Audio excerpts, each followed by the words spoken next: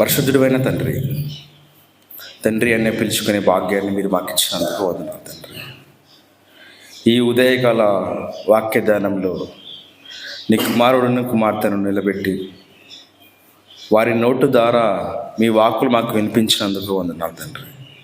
ఆ బిడ్డల్ని బహుగా మీ పనిలో వాడుకుంటారని నమ్ముచున్నాను తండ్రి. యవ్వన కాలమందు మీ కాడు మెయ్యుట నరునికి మేలు అన్నారు. ఈ పిల్లలు చిన్న వయసులో ఉన్నప్పుడే మీ వాక్యానికి మీ దగ్గరకు మిమ్మల్ని ధ్యానించడానికి వస్తున్నారు తండ్రి. వారిని కాయండి, కాపాడండి, వారిని ఆశీర్వదించండి. ఈ లోక చదువుల్లో కూడా మీరు వారికి సహాయంగా ఉంటారని నమ్ముచున్నాం తండ్రి. వారి తల్లిదండ్రులను దీవించండి, ఆశీర్వదించండి. మీ చిత్తమైతే మీ పనిలో వాడుకుంటారని నమ్ముచున్నాం తండ్రి. ఈ ఉదయకాల వాక్యదానంలో భాగంగా నన్ను నిలబెట్టి ఈ ప్రజలకు మీ వాక్కులు వినిపింపజేస్తున్నందుకు వందనాలు తండ్రి. అందును బట్టి కృతజ్ఞతలు. ఇప్పుడు మీ మాటలు చెబుతుండగా పరిశుద్ధాత్మ సహాయాన్ని మీరు నాకు దయచేస్తారని నమ్ముతూ ఈ ప్రార్థన మీ కుమారుడు మా రక్షకుడునైనా యేసుక్రీస్తు వారి పేరిట అడుగుచున్నాను తండ్రి. ఆమేన్. ఒక 10 నిమిషాలు దేవుని వాక్యాన్ని ధ్యానించుకుందాం పిల్లలు. మనకు ప్రార్థన అంటే చాలామందికి తెలియదు. అసలు ప్రార్థన ఏ విధంగా చేయాలి, ఎలా చేయాలి, అసలు ప్రార్థన ఎందుకు చేయాలి అనే విషయాల గురించి ఈరోజు మనం తెలుసుకుందాం. ప్రార్థన మనము స్టార్ట్ చేస్తున్నాం. ప్రార్థన తండ్రి అయిన దేవునికి చేయాలా, కుమారుడైన యేసుక్రీస్తు వారికి చేయాలా, లేకపోతే పరిశుద్ధాత్మ దేవునికి చేయాలా అని ఈ 3 విషయాల్లో కొంతమంది అయోమయంలో ఉన్నారు కనుక వారిని ఉద్దేశించి ఈ ప్రార్థన ఎందుకు చేయాలి, ఎవరికి చేయాలి, తండ్రికి చేయాలా, కుమారునికి చేయాలా, లేకపోతే పరిశుద్ధాత్మకి చేయాలా, ఈ విషయాల్లో కొంచెం మనం అయోమయంలో ఉన్నాము, కన్ఫ్యూజన్లో ఉన్నాం. కాబట్టి దీనిని మనం క్లియర్ చేసుకుందాం ఈరోజు. అసలు ప్రార్థన ఎప్పుడు ప్రారంభమైంది, ఎందుకు ప్రారంభమైంది అనే విషయాలను మనం తెలుసుకుందాం. ఒకసారి మీ దగ్గర బైబిల్ ఉంటే బైబిల్ ఓపెన్ చేయండి. ప్రార్థన ఎప్పుడు ప్రారంభమైంది అనే దాని దగ్గరికి వెళ్దాము. ఆదికాండము 4వ అధ్యాయము చివరి వచనం 26వ వచనం. మరియు షేతునకు కూడా కుమారుడు పుట్టెను, అతనికి ఏనోషు అను పేరు పెట్టాను. అప్పుడు యెహోవా నామమున ప్రార్థన చేయుట ప్రారంభమైనది లేదా ఆరంభమైనది. ఈ ప్రార్థన అనే విషయము ఎప్పుడు అమల్లోనికి వచ్చింది, ఎప్పుడు ప్రార్థించుకోవాలి అనే ఆలోచన వచ్చింది సమాజానికి అంటే షేతుకు కుమారుడు పుట్టాడంట. ఆ కుమారుని పేరు ఏనోషు అని పెట్టాడంట. అప్పుడు షేతు గారు మొట్టమొదటిగా ఈ బైబిల్ చరిత్రలో ప్రార్థన అనే విషయాన్ని సమాజానికి, మనందరికీ, నాడున్న ప్రజలకు, నేడున్న ప్రజలకు పరిచయం చేస్తున్నట్టుగా మనకు కనిపిస్తుంది. ఆదాముకి కుమారుడు పుట్టాడు. ఒకసారి చూద్దాం. 4వ అధ్యాయం 1వ వచనంలో ఆదాము తన భార్య అయిన అవ్వను కూడినప్పుడు ఆమె గర్భవతి అయి కయీనును కన్నది. యెహోవా దయ వలన నేనొక మనుషుని సంపాదించుకున్నాను అన్నది తప్ప మొట్టమొదటిగా ఆదాము చేయబడ్డాడు. ఆయనకు భార్యగా హవ్వ వచ్చింది, దేవుడు తీసుకొచ్చాడు. వారిద్దరి కలయికలో కయ్యూను పుట్టాడు. అప్పుడు ఏమంటుంది హవ్వ అంటే, యెహోవా దయ వలన నేను ఒక కుమారుణ్ణి లేదా నేను ఒక మనుషుని సంపాదించుకున్నాను అని అన్నది. దయ వలన మాత్రమే సంపాదించుకున్నాను అన్నది తప్ప మొట్టమొదటిగా ఆదాము పుడితే దేవునికి ప్రార్థన చేయలేదు. ఆదాము కోసం అవ్వని తయారు చేస్తే ఆదాము ప్రార్థన చేయలేదు. వారిద్దరికీ జతపరిచి ఒక కుమారుని వారిద్దరి ద్వారా భూమిపైకి ప్రవేశపెట్టినప్పుడు అప్పుడు కూడా దేవుని దయ వలన మాత్రమే మేము ఒక మనుషుని సంపాదించుకున్నాము అన్నారు తప్ప, దేవుడు మనల్ని సృజించాడు, దేవునికి కృతజ్ఞతాస్తుతులు చెల్లించాలి, ఒక ప్రార్థన అనే నియమాన్ని తీసుకురావాలి అనే ఆలోచన మొదటి దంపతులకు రాలేదు అన్నది మనకు ఇక్కడ అర్థమవుతుంది. తర్వాత ఆమె అతని తమ్ముడగు హేబేలును కనెను. ఏబేలు గొర్రెల కాపరి, కయ్యను భూమిని సేద్యపరచువాడు అని ఉంది. తర్వాత హేబేల్ని కన్నారు మళ్ళీ వాళ్ళిద్దరు. అప్పుడు కూడా ప్రార్థన అన్నది ప్రారంభం కాలేదు. దేవుని దయ వలన మాత్రమే వీళ్ళు మేలులు పొందుతున్నారు. దేవుని దయ వలన ఒక కుమారుని సంపాదించుకున్నాము అంటున్నారు. దేవుని దయ వల్ల పిల్లల్ని అంటున్నారు. దేవుని దయ వల్ల ప్రతీది అనుభవిస్తున్నారు. అయినప్పటికీ కూడా ప్రార్థన అనే విషయాన్ని సమాజంలోనికి తీసుకొని రాకుండా వీళ్ళు ఉన్నారు. తర్వాత 16వ వచనం నుండి, అప్పుడు కయ్యను అంటే కయ్యను తన తమ్ముడైన హేబేల్ని చంపేసిన తర్వాత 16వ వచనానికి వస్తున్నాం. రైట్. అప్పుడు కయ్యను యెహోవా సన్నిధిలో నుండి బయలుదేరి ఏదోనో తూర్పు దిక్కున నోదు దేశంలో కాపురం ఉండెను. కయ్యను తన భార్యను కూడినప్పుడు ఆమె గర్భవతి హానోకును కన్నది. అప్పుడతడు ఒక ఊరు కట్టించి ఆ ఊరికి తన కుమారుని పేరును బట్టి హానోకను పేరును పెట్టాడు. మొదటిగా ఆదాము చేయబడ్డాడు. తర్వాత వారిద్దరి కలయిక వల్ల కయ్యను బయటికి వస్తే సొంత తమ్ముడిని చంపిన ఘనత మనకు కయ్యనులో ఉన్నట్టుగా చూస్తాము. ఈ కయ్యను దేవుని సన్నిధిలో నుంచి బయటికి వెళ్ళిన తర్వాత కయ్యను కూడా పెళ్లి చేసుకున్నాడు. కయ్యను కూడా కుమారుడు పుట్టాడు. అతనికి హానోకను పేరు పెట్టాడు. కానీ ఈ కయ్యను ఏం చేశాడు? దేవునికి ప్రార్థన చెయ్యాలన్న ఆలోచన రాలేదు కయ్యనుకు కూడా. తన కుమారునికి పేరు పెట్టాడు హానోకని. ఆ కుమారునికి పేరు పెట్టిన పేరును బట్టి ఆ దేశానికి పేరు పెట్టాడంట, ఆ ఊరికి పేరు పెట్టాడంట. ఈ ఊరి పేరు హానోకు అని చెప్పాడంట. తర్వాత హానోకునకు హీరాదు పుట్టాడు. కానీ అప్పుడు కూడా ప్రార్థన స్టార్ట్ కాలేదు. హీరాదుకు మహుయయేలును కనెను. అప్పుడు కూడా ప్రార్థన స్టార్ట్ కాలేదు. మహుయయేలు మతుషను కన్నాడు. అప్పుడు కూడా ప్రార్థన స్టార్ట్ కాలేదు. మతుషయేలు లేమేకును కన్నాడు. అప్పుడు కూడా ప్రార్థన అన్నది ప్రారంభం కాలేదు. లేమేకు 2 భార్యలను పెళ్లి చేసుకుంటాడు. ఒక దాని పేరు ఆదా, మరొక ఆమె పేరు సిల్లా. ఆదాకి ఎవరు పుడతారు? యూబాలు అని పేరు పుడతాడు. అప్పుడు కూడా ప్రార్థన స్టార్ట్ కాలేదు. సిల్లాకు ఎవరు పుడతాడు? 22వ వచనం, సిల్లా తుబల్కాయిను కనెను. కానీ అప్పుడు కూడా ప్రార్థన అస్సలు ప్రారంభించబడలేదు. ప్రపంచంలో మనిషి పుట్టుక ప్రారంభమవుతుంది. దేవుని దయ వలన మనుషులను సంపాదించుకుంటున్నారు, కంటున్నారు, సంతోషపడుతున్నారు, పట్టణాలను కట్టిస్తున్నారు, ఊర్లను కట్టిస్తున్నారు. ఆ ఊర్లకి వారి కుమారులతో పేర్లను బట్టి పేర్లు పెడుతున్నారు తప్ప దేవుని ఉద్దేశం ఏంటి, అసలు దేవునికి మేము ఏం చేయాలా, దేవుడు మమ్మల్ని పుట్టించాడు, ఆయుష్కాలను ఇచ్చాడు, ఆరోగ్యాన్ని ఇచ్చాడు, ప్రతిదీ మాకు ఇస్తున్నప్పటికీ కూడా దేవుని వలన మేము మేలు పొందుతున్నాము, దేవునికి మాత్రం మేమేమి ఇవ్వకుండగా మా పనుల్లో మేము ఉంటున్నాము అని వీరిని బట్టి చూస్తే మనకు అర్థమవుతుంది. 25వ వచనం, ఆదాము మరలా తన భార్యను కూడినప్పుడు ఆమె కుమారుని కని కయ్యను చంపిన హేబేలునకు ప్రతిగా దేవుడు నాకు మరి యొక్క సంతానాన్ని నియమించెను అనుకొని అతనికి షేతు పేరు పెట్టాను. కయ్యను చంపిన హేబేలుకి ప్రతిగా బదులుగా మరొక సంతానాన్ని ఆదాము గారికి అవ్వగారికి ఇచ్చినప్పటికీ కూడా అతనికి షేతు అనే పేరు పెట్టి వీళ్ళు సైలెంట్గా ఉన్నారు తప్ప ప్రార్థన ప్రారంభించాలనే ఆలోచన ఆ జనరేషన్ వరకు రాలేదు, ఆదాము గారికి రాలేదు. ఆదాము గారు దేవునితో చేయబడిన వాడు, దేవుడే సొంతంగా ఆదాముని తయారు చేసిన వాడు.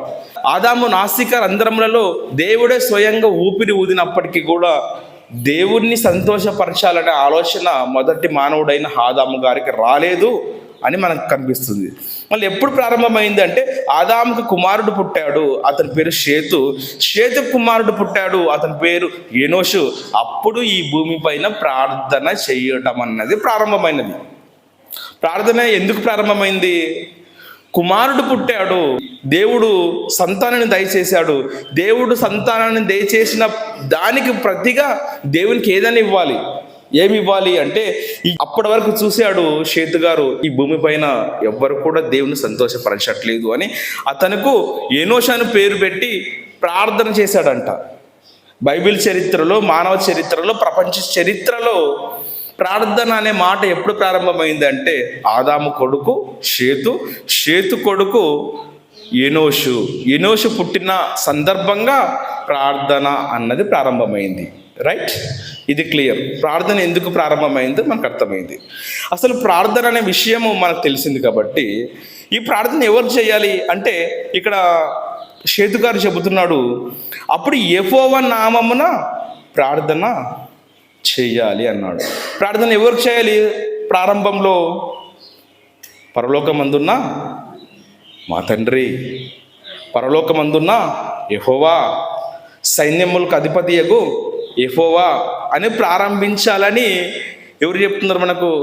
షేతు గారే చెబుతున్నాడు. తర్వాత ఒక మాట చూద్దాం. ఇర్మియా గ్రంథము 3వ అధ్యాయము 19వ వచనం. కంటిన్యూ చదవండి.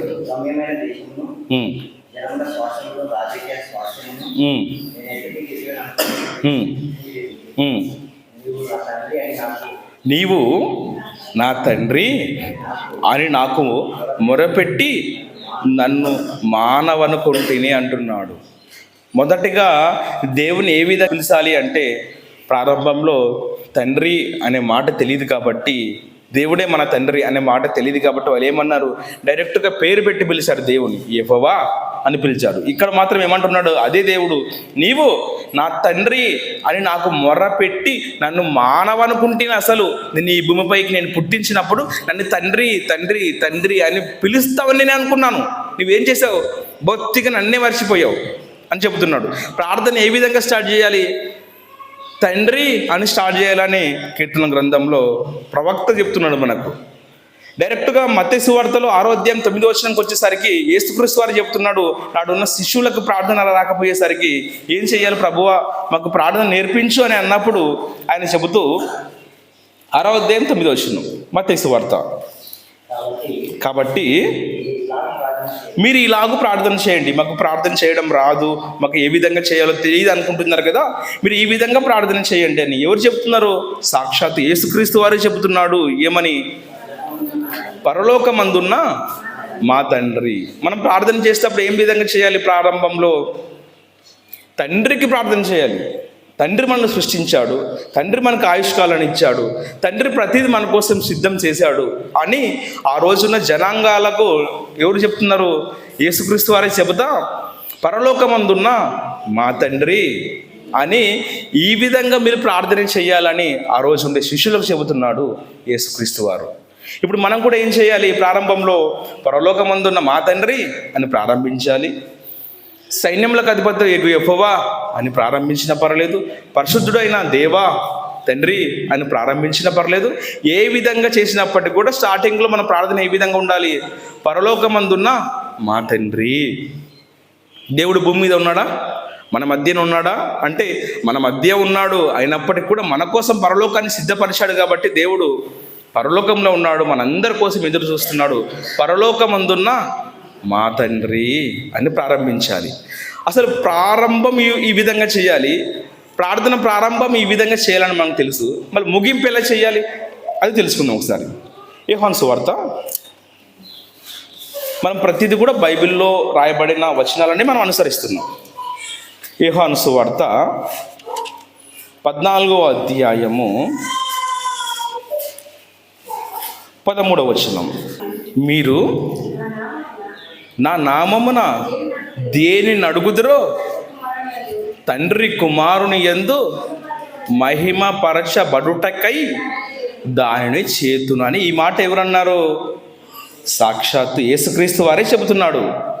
మీరు పరలోకమందున్న మా తండ్రి అనే ప్రార్థనతో ప్రారంభించారు కదా, దాన్ని ఏ విధంగా అడగాలి? మనకేమైనా హక్కర ఉంది, ఏమైనా ఇబ్బంది ఉంది, హెల్త్ ప్రాబ్లమ్స్ ఉన్నాయి, ఆరోగ్య సమస్యలు ఉన్నాయి, ఏదైనా కావాలా అని అనుకున్నప్పుడు మనం ఏ విధంగా ప్రారంభించాలి అని తెలుసుకున్నాము.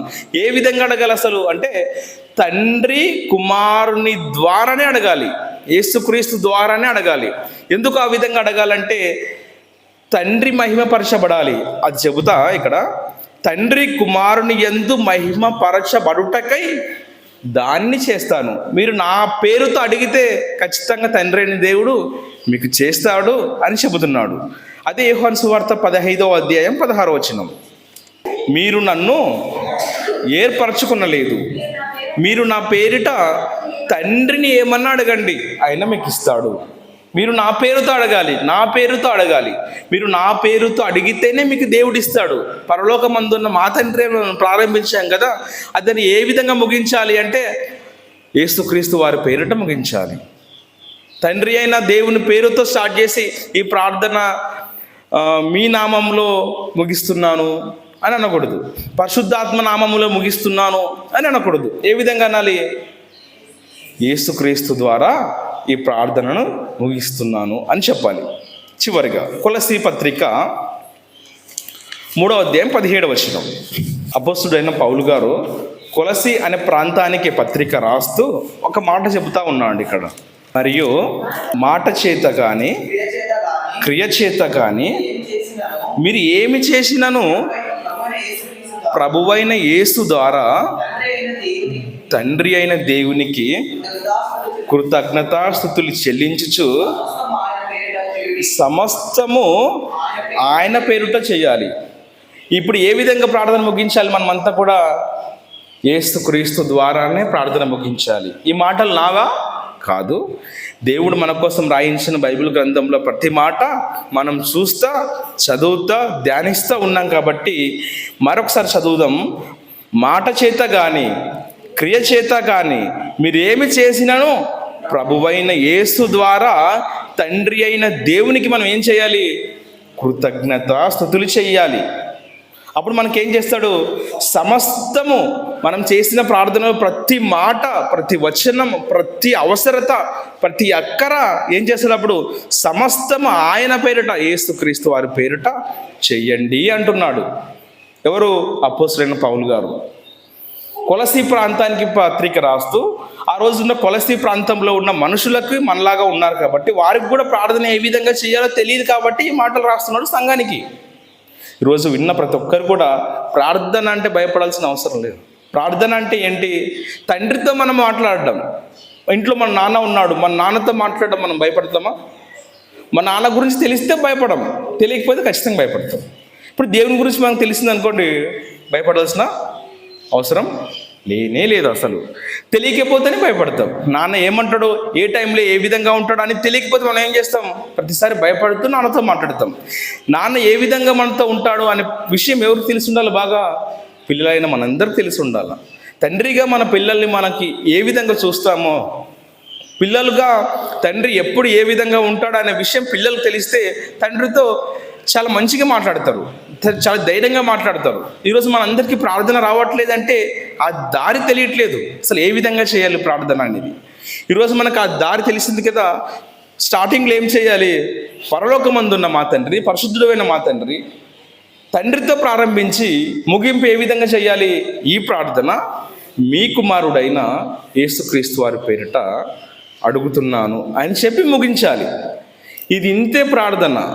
ప్రార్థన అనే విషయము తండ్రితో, దేవునితో మనం మాట్లాడడం కోసమే దేవుడు ప్రార్థన అనే విషయాన్ని పెట్టాడు. అప్పటి వరకు సమాజంలో షేతుకు ఏనోషు పుట్టేంత వరకు దేవుడే మాట్లాడుతూ ఉన్నాడు, కానీ షేతు ప్రారంభించాడు దేవునితో మాట్లాడడం. ఆ వచనాలను ఒకసారి గమనించండి. ఆదికాండం 4:26లో దేవునితో మొట్టమొదటిసారిగా ఈయననే మాట్లాడుతున్నట్టు కనిపిస్తుంది మనకి. అప్పటి వరకు దేవుడు మాట్లాడుతూనే ఉన్నాడు. దేవునితో మాట్లాడడం ప్రారంభించిన మొట్టమొదటి వ్యక్తి షేతు గారు. దేనికోసం? కుమారుడు పుట్టాడు కాబట్టి దేవునితో మాట్లాడడం ప్రారంభించాడు. ఈ మాటలు మీకు అర్థమయ్యావని అనుకుంటూ ముగించుకుందాం. పరిశుద్ధుడైన తండ్రి, నన్ను మమ్మల్ని ప్రేమించి ఈ దినంలోనికి సజీవ లెక్కలోనికి తీసుకొని వచ్చిన మీకు వందనాలు తండ్రి. ఈ ఉదయకాల వాక్య ధ్యానంలో మీరు మమ్మల్ని ప్రేమించారు, మా సంఘాన్ని ప్రేమించారు, మా కుటుంబ సభ్యులను ప్రేమించారు, మా గ్రామాన్ని ప్రేమించారు, సమస్త సృష్టిని మీరు ప్రేమించారు అని చెప్పడానికి నిదర్శనమే ఈరోజు మేమంతా కూడా ప్రాణాలతో ఉన్నాం తండ్రి. ఈరోజు మేము ప్రాణాలతో ఉన్నామంటే ఒకే ఒక కారణం, మిమ్మల్ని మహిమపరచాలి, మిమ్మల్ని స్తుతించాలి, మిమ్మల్ని ఘనపరచాలనే ఉద్దేశంతో మాత్రమే మీరు మాకు ఆయుష్కాలను ఇచ్చారని మేము అనుకుంటున్నాం తండ్రి. అదే ప్రణాళికతో మీరు మమ్మల్ని ఈ భూమిపైన నిలబెట్టారు. చాలామంది మరణిస్తున్నప్పటికీ కూడా మమ్మల్ని మాత్రం ఆ లెక్కల్లో ఉంచకుండా సజీవ లెక్కల్లో ఉంచారు. అందును బట్టి మీకు కృతజ్ఞతాస్తుతులు చెల్లిస్తున్నాం తండ్రి. మీ బిడ్డలకు ఈ ఉదయకాల వాక్యదానంలో మీతో ఎలా మాట్లాడాలి అనే విషయాన్ని చెప్పాం తండ్రి. విన్న ప్రతి మాట మర్చిపోకుండా వారి దినచర్యలో నెమరు వేసుకుంటూ మిమ్మల్ని ఘనపరిచే విధంగా మమ్మల్ని అందరూ వాడుకోండి తండ్రి. మా సంఘాన్ని ప్రేమించండి, మా సంఘాన్ని ఆశీర్వదించండి. మీ చిత్తమైతే సంఘంలో ఏదైనా అక్కడగా ఉంటే ఆ అక్కర్లు తీర్చువాడు మీరేనని నమ్ముచున్నాం తండ్రి. మీ యవనస్తులను మీరు పూర్తి చేసుకోండి తండ్రి. యవన కాలమందు కాడిమయుట నరునికి మేలు అని అన్నారు. అదే విధంగానే ఈ భూమిపైకి వచ్చిన ప్రతి ఒక్కరమైనా మేమంతా కూడా మిమ్మల్ని ఘనపరచడానికి మాత్రమే మమ్మల్ని ఈ భూమిపై నిలబెట్టారని మేము నమ్ముతున్నాం తండ్రి. ఈ ప్రార్థన ముగించుకొని వెళ్తుండగా ఎటువంటి శోధనకు మేమంతా గురి కాకుండా క్షేమంగా మమ్మల్ని కాసి కాపాడుతామని నమ్ముతున్నాం తండ్రి. మేము చేస్తున్న పనుల్లో, చేస్తున్న ప్రయాణంలో, చేస్తున్న ప్రతి విధమైన పనిలో మీది తోడుగా ఉంటారని నమ్ముతూ ఈ ప్రార్థన మీ కుమారుడు మా రక్షకుడైన యేసుక్రీస్తు వారి పేరిట అడుగుచున్నాను తండ్రి. ఆమేన్. అందరికీ వందనాలు.